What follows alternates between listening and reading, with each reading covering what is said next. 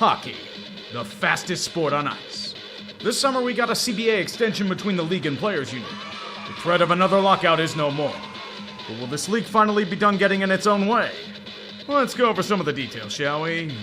50-50 revenue, players don't get expansion fees, 2 more games to the regular season. Cut the maximum term for contracts by 1 year for both UFAs and re-signings. Ending the LTIR loophole. And the saddest tragedy of all, no more emergency backup goalies. Scott Foster's and David Ayerses of the world will be no more. It's now a permanent position. Speaking of permanence, the Canadian Five have word on their hockey futures.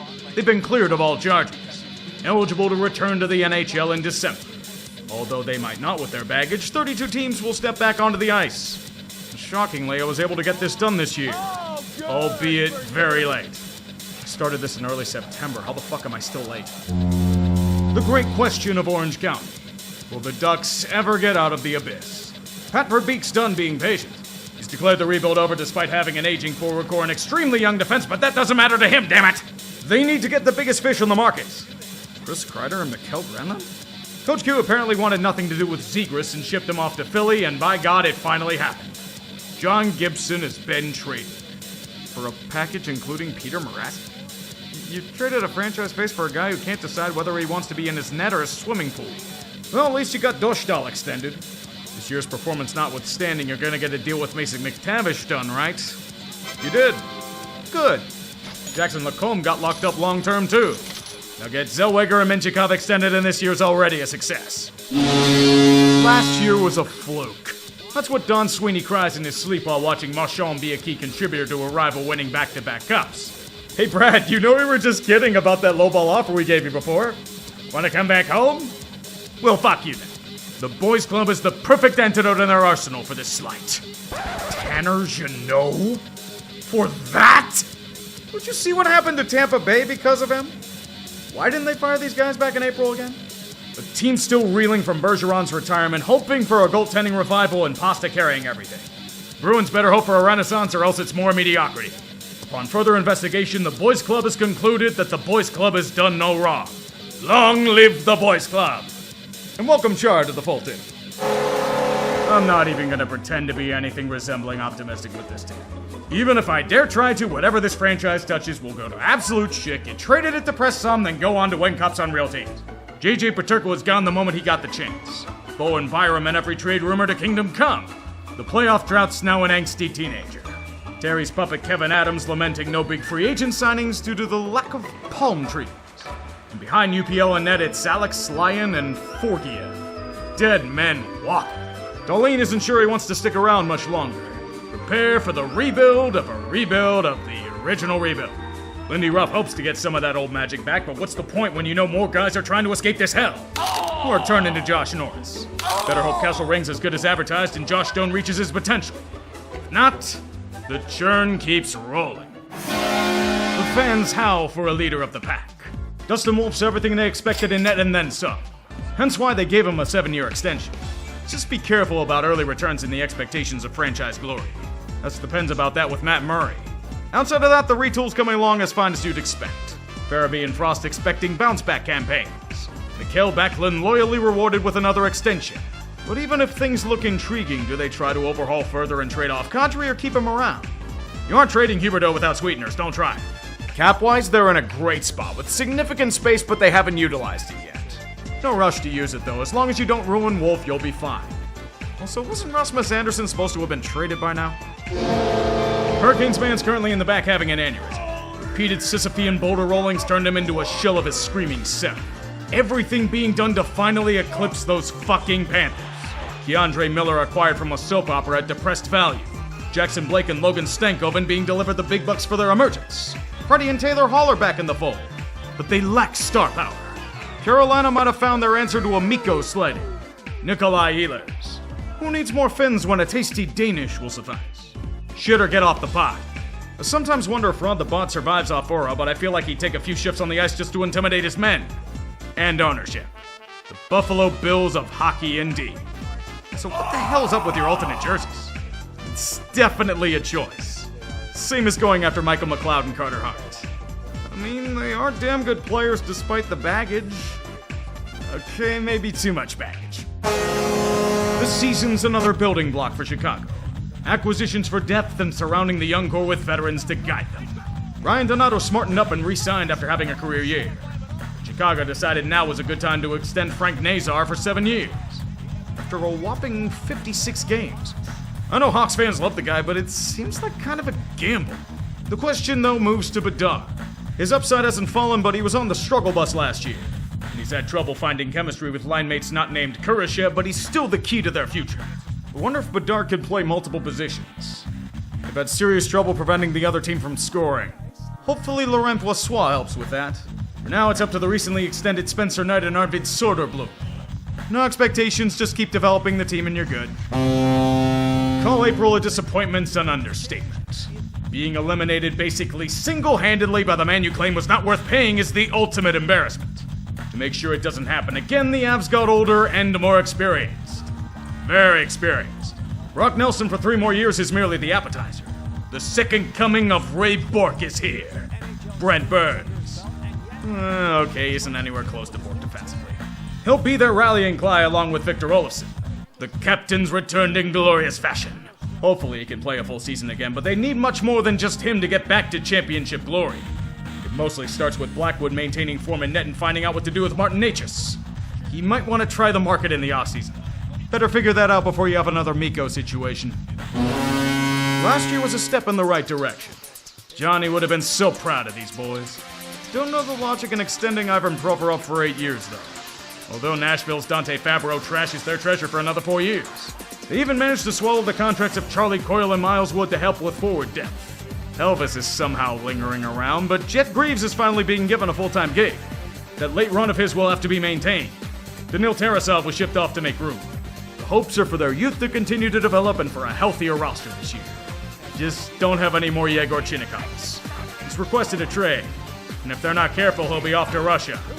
Or worse, San Jose. Last year's all-in push came up short, and now the Renton tax is forcing them to shed some talent. Mostly in Jim Nill's fuck-ups. Looking right at Matt Dumba. Really, the only player worth a damn traded away was Mason Marchment. It allowed them to reunite with Radek Faksa. Matt Duchene's back in the fold for another push at a higher pay grade. Jamie Benn even took a massive pay cut to come back for another go-around. When he recovers from his collapsed lung? Good God. The same can't be said for Peter DeBoer. With throwing Otter under the bus, who do you think Dallas sides with? The coach or the franchise goalie? This isn't 96 Montreal, Peter. Get the hell out. It's one thing to fire a guy who won't get you over the hump, but for Glenn Gulletson? Is he gonna break sticks to get them to a final or something? Another year of failure will not suffice. Clock's ticking, boys. The last few years, we've been wondering why Yzerman's been standing pat for the most part. Even for his failures in signing free agent defensemen, he couldn't have gotten so apprehensive, right? This is a make-or-break year for the Yzer plan. If they fail yet again, Stevie's gonna be booted out the same door Ken Holland was. A year without Gru should help with their lack of consistency, but tending the net's been an issue. They can't stay durable back there. And a big chip's been acquired to rectify that in John Gibson. He's been marinating too long in Anaheim failure, and he isn't the goalie he once was, but he should offer consistency, I think. I just wonder if Stevie's gonna get desperate to push over the hump soon. These EK rumors haven't gone away with time. But that mostly depends on Chris Ilitch's willingness to spend. Considering how the Tigers have done as of late, you should have full confidence in the development of this young core. Seriously, the core's flourishing and they're adding even more pieces to it. Godspeed, Sebastian Cossa. They're all counting on you. Near the summit, but just can't ascend to their true apex. How do you get past that Florida menace? It's the thorn in their side they just can't remove. And coming up short's leading to some tough decisions. Draisaitl's extension kicks in, plus coughing up a hefty extension for Bouchard like a puck in the finals. Forward depth had to be purged, including the Corey Perry Invitational and Evander Kane. But that means they can extend an elite center long term. A time of celebration for Trent Frederick? 8 years with a full no movement clause for 4? The dude played like 12 minutes a night in the playoffs. What the hell are you doing? Lord, the only thing that'd be worse is if Stuart Skinner suddenly forgot how to tend the net again. That did happen, but they did settle with Connor on a contract. Nowhere near his market value for 2 years. And that's definitely a get your shit together or I'm out deal if I've ever seen it. Respond wisely. Jack Roslovic and a 7x7 for Jake Wallman. Kinda works. Back-to-back champions. The hockey world runs through Florida now. Say this to an NHL fan 15 years ago. They'd have laughed in your face. Now the Panthers do, lording over us all once again. And there's only one way to troll the rest of the league: keeping pretty much everyone. No joke, the big guns are back. Sam Bennett staying put for 8 more years. Aaron Ekblad staying put for 8 more years. Hell, Brad Marchand's back in the fold for 6 more years. In his late 30s. And there you see Florida's version of the cup tax. It's in the term of these deals. They'll be brutal in a half-decade, but it's a reward for a job well done. Future doesn't matter when winning's on the table, baby. It'll be a bit before they're at full strength. Matthew Tkachuk's still recovering from his Four Nations injury, but the goal for now is to stay healthy for April. Jeff Petrie ain't here to bow out early. They've got Tampa Bay and Toronto to lord over yet again. Add Carolina in there for good measure. With Sasha, they'll always be a threat. He's up with a seat. You're shitting. A franchise buck broken by invaders to the north. Kings become slaves to an oil baron that robs them blind every year. As a reluctant vassal state puppet emperor, Ken Holland is doing Ken Holland things again. He needs an adult. Someone stop his madness, please. Seriously, not kidding. Corey Perry. You do realize what franchise you're managing, right? The legendary Anaheim Duck. He's gonna get booed even if he scores overtime Game 7 against Edmonton. As long as that's that, I guess it's okay. It's not as if they're panicking by losing Gavrikov to free agency. Good fucking lord. Someone take Holland's keys, he's not fit to manage. They weren't a CC or a Perry away from making the cup last year. Not with what happened against you-know-who. Anjay's not gonna be here to carry him much longer. It's his last campaign. Even if a cup isn't in sight, can you at least not play the Oilers in the playoffs? The entire city will sink into the Pacific if losing to them happens yet again. So you're finally free of the horrible Suter and Parise burdens. You've been a guaranteed first-round exit no matter what you try to do. To push out of it is paramount, so what's the game plan? Shit on Marco Rossi whilst giving him a bridge deal. And bring in Vladimir Tarasenko as a hired gun. After the worst season of his career. There's still a decent farm system in tow, but the same issues consistently remain. How the hell do you get off the hamster wheel? They have talent, strong goaltending with Gustafsson at a bargain and a balanced roster, but the cards have never fallen in their favor. Although with the Kaprizov saga, that rumored extension he turned down, he might be gone. I don't blame him, I wouldn't want to be stuck in hockey purgatory either. That's why the bread man left Columbus back in the day. And you're also going to be without Jonas Brodin for a few months. Things looked bleak, but a deal was done. Kaprizov's staying in Minnesota. For $17 million a year? Jesus fuck! They didn't really have a choice, though. They made it back. The long rebuild's finally showing some fruit. A young core starting to emerge from the ashes of Weber and Price. Wave after wave of talented prospects reaching the NHL shores. Now with the learning experience out of the way, the time has come to bolster. But some teams are reserved in such endeavors. Montreal didn't have such hang-ups. They go for a big fish to complement Lane Hudson on the back end. His name is Noah Dobson. The Owls couldn't pay him due to his exorbitant contract demands. Give them a few first-round pick and some guaranteed big bucks, the Habs can make this Dobson issue of theirs disappear. They can also bring in Zach Bolduc, currently being buried in St. Louis.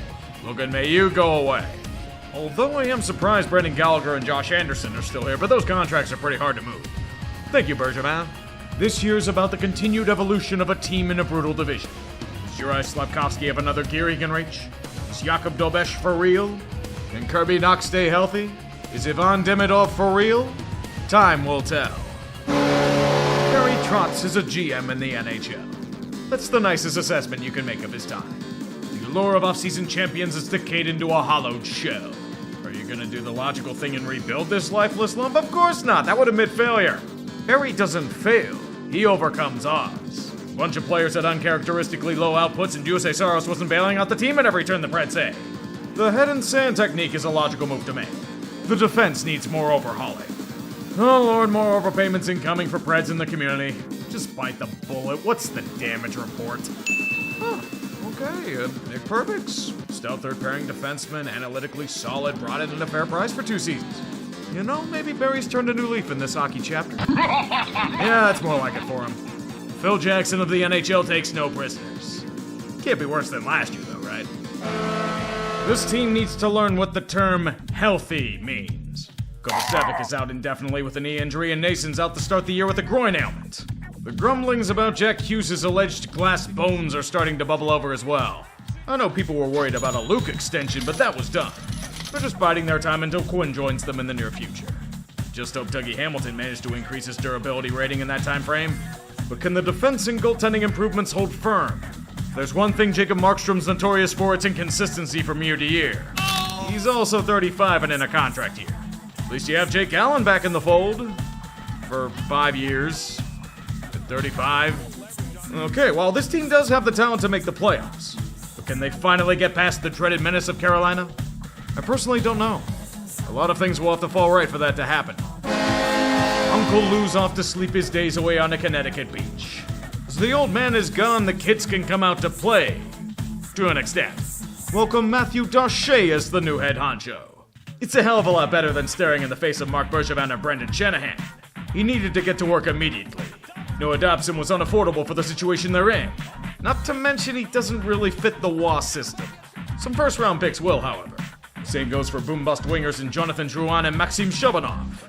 If Drouin stays healthy, if Shabanov's skill can translate from Russia, it'll be a good start to the Darche era. The on-paper riches of the last draft, a potential franchise defenseman in Matthew Schaefer if developed properly, Patrick Waugh not going into rage quit mode just yet? The Islanders have a lot of work to do, but with the right moves, they might get out of the hole. Although that's easier said than done. Don't say that rebuilding word, though. Anders Lee's a free agent to be, but they'll try to keep him around. They'll just anchor everything to Sorokin as always. What else do they have if he goes down? Big save Dave? Oh, Jesus. In the intermission of All My Rangers, the scriptwriters desire major changes to the show's formula. Ratings for Sweeps Month have been disappointing. Cast salaries have been bloated. A fresh perspective is needed in the centennial year of Ranger hockey. The purge must continue. Chris Kreider's legacy's been dumped off at the NHL's landfill in Anaheim. Keandre Miller was the sleeper pick to go. To little surprise, he's been traded away to those nerds in Carolina. New York needs snarl and tenacity on the back end. They must go for the best on the market. That target is Vladislav Gavrikov. You thought he would be overpaid, but you were wrong. A 7x7 is quite reasonable for this free agency cycle. As Will Cooley gets a bridge deal, a new voice will lead the charge into battle. A.T. Miller? Really? Him? Did you see the shit he pulled in Vancouver? Is this revenge for cursing them with Messier or something? Sully's either gonna corral this town or drive a further wedge into it like Torts in Vancouver. Please be the latter. It'd be hilarious. In an age of transition, teams tend to find traction on the road to returning to relevance. The Sens aren't at that point anymore. The smell of the cup has been experienced again. They're back in playoff mode, looking to load up and solidify a burgeoning core gaining traction. That includes Claude Giroux. He's not what he was, but is the veteran experience a young team needs. He's staying put at home. Otherwise, it's them laughing at Buffalo for fleecing them with the lemon known as Josh Norris. Otherwise, it's simply biding their time until the right move can be made. Now, don't get me wrong, a very young team doesn't need to do that much, but they still have some holes to fill. It has to be more than Lars Eller that gets them back to the playoffs. He thinks they're not done. At least I hope that's the case. In Linus Ullmark and Leavi Marilainen they trust? Rebuilds take time. Philly isn't used to this, but their fans are more than willing to deal with that instead of the usual shit previous regimes pulled. This time around, the Flyers are gunning for experimental boom-bust projects in Christian Dvorak and Trevor Zegras. They don't work out, no biggie. They didn't cost much and Dvorak's only a one-year engagement. But if Zegras rebounds to his talent level, for the price they paid, he'll be a steal unlike any other in a top 6 staple. Could you imagine him and Mishkov together if it works out? With their state, it's worthwhile to take a few swings. Philadelphia under Fletcher and Hextall didn't do enough of them. In due time, who knows? Maybe you'll lord over the Penguins again. But what the hell happens with their goaltending? It was dog shit last year and still trending to be dog shit unless one of those guys finds form. Don't even think about Carter Hart. Management said he's not coming back. He'll just find a way to beat you in a few games come February knowing this franchise. God, if you're up there, you know what this year needs to bring Pittsburgh. For the sake of trolling and lulls, you must bring another generational talent to their doorstep. Like Lemieux handed the baton to Crosby, Sid must hand the baton to Gavin. As long as he doesn't demand a trade out because this team may be complete ass. Speaking of which, why are Ricard Raquel and Erik Karlsson still here? I think a value in this team's probably going nowhere in the short term. Trade them and let the youth shine. And then fling Tristan Jarry into the Ohio. But this is not a time for pessimism. The last ride of a franchise legend is underway. One last moment in the sun for a beloved figure in front of his fans. Marc-Andre Fleury. It's honestly genius to get people to show up for an exhibition game in droves. It's also probably Malkin's last ride as a Penguin as well. Maybe Letang too if they send him to Robida Island. When the hell will they be free from FSG though? Who knows? San Jose Super Wholesale Emporium is once again open for business. New veterans brought in to flip at the deadline. Orlov, Klingberg, Reeves, Ned, Jeff Skinner, the contracts of Ryan Ellis and Carey Price. Rare finds, but a grand prize is in sight come draft time. Gavin McKenna. Their forward core may be loaded, adding more to it with Michael Misa, but the new core needs to be put in place. The last connection to the Doug Wilson era has finally been put to pasture. The Sharks continue to move forward into a new era. One full of more rehabilitations and late first-round picks acquired in return for these men. Dude, even if they don't get McKenna, that top six is going to be loaded in 5 years. Don't let me down, San Jose. Your time will come. Just not this year. I ask one question about the Blues at this point. What truly are they? Does St. Louis have the horsepower to push for another cup, or are they mired in the proverbial no man's land? I do like their young forward core. It's a team in transition, flushing out the old for the exciting new blood. Their defense still needs some work on that front, but it's getting there. Jordan Binnington's still around too. Still in between saving like a fiend or channeling his inner Ray Emery. They're living up to their traditional standard. A mid-tier franchise that can make noise if every single piece falls into place. 2019's both yesterday and ages ago in their minds. The chance to get back will be there, but there isn't much coming in the offseason finds. Mainly Pius Suter and Nick Bjorkstad with a Logan Mailloux added for good measure. I'd find a way to avoid tipping goals in the waning seconds of games, though. I think they know why. If anyone ever tries to argue with you about no state income tax being an unfair advantage, immediately shame them and point to Seattle. Washington has no state income tax. We're the crack in the epitome of mediocrity. Years of poor free agency signings and poor roster construction have taken the highs of 2023 and turned it into, well, this. Is there anyone who has the potential to be elite besides Catton, Beniers, and Wright? Even then, Beniers is coming off a sluggish campaign. They did finally find a goalie in Joey Decord. It only cost them a complete albatross in Philip Grubauer. Can't get rid of that deal like Burakovsky's. Might have better luck in trading McCann for value if things go to shit at least. Complacency and stagnation are deadly vices. A new era's coming. Noise has to be made. Jason Botterill's gonna make his mark with a statement. Signing Ryan Lindgren to a huge deal coming off the worst year of his career? Making Lane Lambert the head coach? Seattle! Stop it, you're killing me! Seattle! The last gasp of a competing window is cause for panic. You never want the good times to end. Like an addict, everything will be bet on one last taste of glory. It usually ends painfully. Probably to Panthers. Pens fans know this feeling too well. The Lightning will join them in due time. Might not be this year, but they will soon. The defensive cornerstones are reaching ancient status in NHL terms. That power play will be dynamite, but even strength play will remain a gigantic concern. If Vasilevsky stumbles to start the year like the last campaign, the panic button will be broken from overuse. There is some youth here, but nowhere near enough. More talent drains to free agency. An Isaac Howard to Edmonton and a prospect flip. All that remains is the old core and Nikita Kucherov chasing another Art Ross. Do they have the depth and physicality to take on Florida? They can't lose to them in April again. The Battle of Florida is supposed to be theirs, damn it! If this year's a failure, it might be game over. I mean, you had to know this was coming, right? Yet another brutal failure in the playoffs has led to the end of an era. The Core Four is no more. He had more than a feeling that Mitch Marner was on the way out. He's an incredibly talented player, but a mercenary. Mitch goes to the highest bidder. Toronto is not that team. Or they could be if Marner didn't have a quiet deal with Vegas all but set in stone for about a damn year. Marner can talk about the cancerous fan base or start slap fights with online personalities, but he's become more hated in Ontario than Gary Frazier. Leafs she'll take Nick Waugh as a bribe and shut up. But hey, at least John Tavares is coming back. At a significant discount, too. Truly a benefit of having no state income tax where they are. Matthew Nye's locked in long-term to play the Ringo Starr to the Core Four. This team's still going to rely on their high-end talent on offense and pray Anthony Stolarz isn't a fluke with his extension, but they should still be strong. At least until Marner returns. Then all bets are off. A real name for a real team. Ish. They're close. All they have to do is unlock the consistency perk, but they need a few more skill points to do so. For this, more talent purchased from their prospect riches are needed. JJ Peterka, welcome to the fold. Excess goods and a sizable contract don't mean much when a potential first liner's available for the taking. Look, they built Michael Kesselring from nothing, they can do it again. Everyone knows the key to Utah is in the development of their young core and replacing Kesselring. It's still a work in progress, but as long as Genther doesn't suffer another long-term injury, they should be fine. Jack McBain may have been overpaid a tad for what he is, but he has value to the team.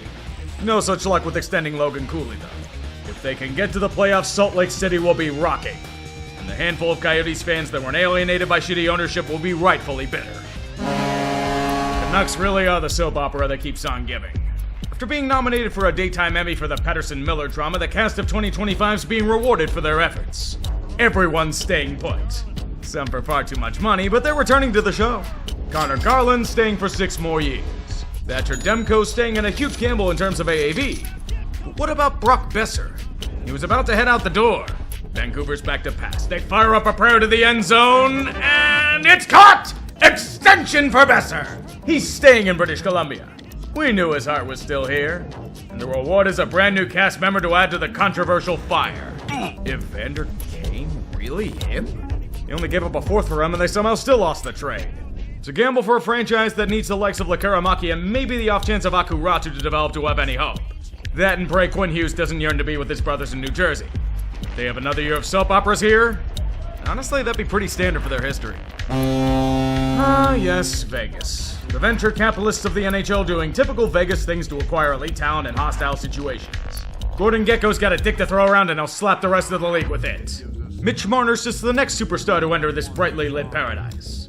To pair with Jack Eichel on the top line, Marner will be getting top dollar for a long time. It's not Draisaitl or somehow Kaprizov money, but it's still a rich sum. I'd wonder how they'd find a way to pay Eichel, but they got it done anyway. Remember, the house always wins. They didn't even have to cast off players for nothing to do those things and extend Caden Korczak. Alex Pietrangelo may never play in the NHL again. A soul for a soul. That's the only way to survive in this cutthroat age. Now we wonder if they have enough on defense to survive with the Shea Theodore show. Offense for days and days. So you're the epitome of bravado, most hockey fandoms. Why not try to add Carter Hart to the mix? Who gives a shit about the past when the present is what matters? Nobody's gonna be mocking them if another cup's being lifted. Is last year a fluke or a sign of something more sustainable? The bounce back to strength can go 2 separate ways, and we know this. Revival of Logan Thompson, rebuilding an H-score on the fly, and influx of promising youth. All signs point to the Caps being able to maintain at least some semblance of playoff form, yet it's still a bittersweet campaign. The potential last ride of Ovi. They have to get past the second round again for his sake. If not, he probably returns to Russia to finish out his illustrious career. The road back to glory will be difficult and full of perils. But as long as Ovi can still do the thing from the place in the power play, all will be fine. That's about all he has left that's still elite. It's the Turtles meme with Splinter, and Ovi's the old sensei. They'll be a serious contender with their roster, but one red flag flies up immediately. A 2nd round pick for Justin Sorda? The dude's barely played in the NHL, what are you doing? Crossroads has once again been reached. Winnipeg's just had their greatest moment at a devastating heartbreak in a 3-month span. Eternal memories and eternal damnation all in one. And despite their strong forward core and elite goaltending, a big loss has been suffered. Nikolai Ehlers blown away by hurricane force winds. Maybe they should have given him more ice time. He might have had more incentive to stay. Or maybe not. Like all free agency classes that come up short, you receive a complimentary Gustav Nyquist. But from the seeds of tragedy comes a sobering moment of clarity. Captain Intangibles. He's coming home. Returning to the ice after being stricken down by long COVID. Taves will probably be Shaq on the Celtics here, but it's the feels, man. Think of the feels. Winnipeg was worried Kyle Connor would be gone too, but he got paid the big bucks as well. Maybe they'll help the Jets win playoff games on the road? Who the hell knows, man? You're still here? Wow, I'm actually impressed you made it this far. Look, I know the season's about 2 weeks old right now. I spent far too much goddamn time on this. I was not letting it die. I wasn't pushing this to December like last year. Fuck you.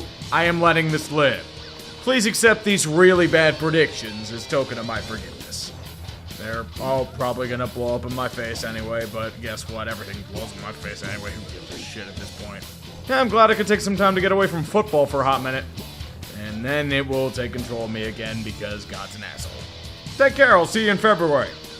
2028. Sharks cannot come any closer to icing the game. As Eichel scores from the blue line. Are you kidding me? Eichel, a weird one, and we're tied at 3.